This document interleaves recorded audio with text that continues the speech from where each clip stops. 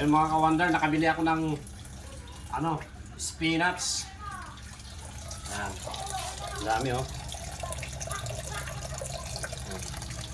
Pag tag-ulan kasi, alam ko, doon sila tumutubo. Ayan, so nakabili ako ng tatlong ano, tali. Magkano bili mo na? 10 ang isa. O, di ba? Igigisa ko lang siya, lalagyan ko ng tinapa. Tinapa, galing pa sa Cagayan yung tinapa ko. Igigisa ko lang siya, lagyan ko ng konting bagoong. O, di ba? Marami, oh. Ito yung nakahiligan kong ulam nung bata pa ako sa Cagayan. Pagka tag-ulan, doon siya tumutubo sa bukid. May maisan, gano'n. O kaya sa bakuran. O, di ba?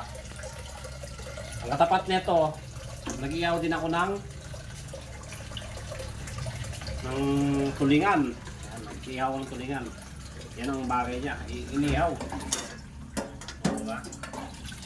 Mga kawander, nag-ihaw tayo ng ano, tulingan. Ito yung pangapunan namin. O, di ba? Sarap paksi yan. Sarap din yung ihaw. May isa kami doon pang paksiw.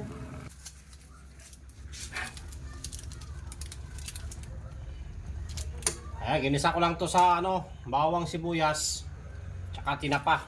O, di ba? Masustansya rin to, kahit pa paano. Takam na ako. Sarap kumain.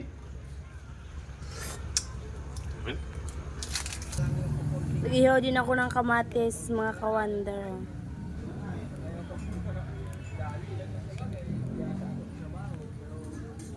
Luto na. Di ba? Sarap. Nilagyan mo na bagoong. O, lagyan ko siya ng bagoong. Nalagyan ko na yan. Timpla na rin. Niluto ko na lang siya.